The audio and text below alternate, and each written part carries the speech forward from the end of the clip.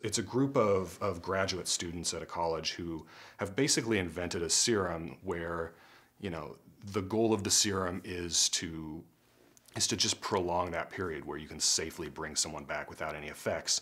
And as the serum becomes more and more effective through almost a happy accident, they start to realize, well, what if you bring something back that hasn't been dead for 2 minutes or 5 minutes? What if you take a dissected medical pig that's in a cooler and has been dead for 2 weeks? What if you try the serum on that? How far can we actually go?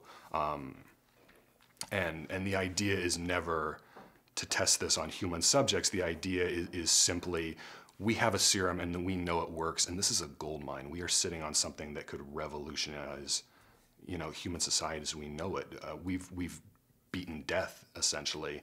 And all we have to do is kind of prove that our serum works and stake our claim to this before some big pharma company kind of comes swooping in and takes it away.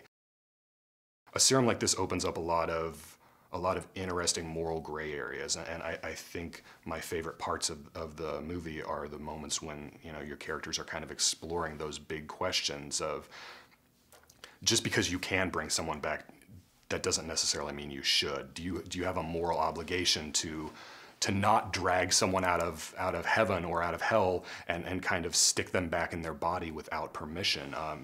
It's playing God very literally, and it brings up a lot of big, interesting questions about the nature of souls and spirituality and what actually happens to us after we die. I think what David Gelb is trying to do here with his film is go in a more psychologically rich direction and really, you know, he absolutely made a horror film. We hope that it's scary. We hope audiences watch it and love it and have a great time.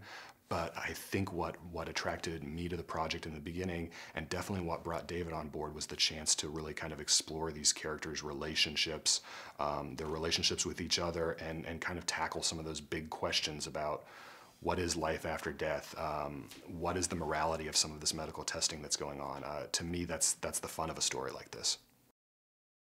It was actually Matt Kaplan who had the kind of brilliant idea to go to David Gelb, who at the time was known more for documentary features. For you know, he did Jiro Dreams of Sushi, which is an amazing documentary, and you know, Matt saw at once that David has a great visual eye, but that he also can capture the characters and the relationships in a very sort of naturalistic way.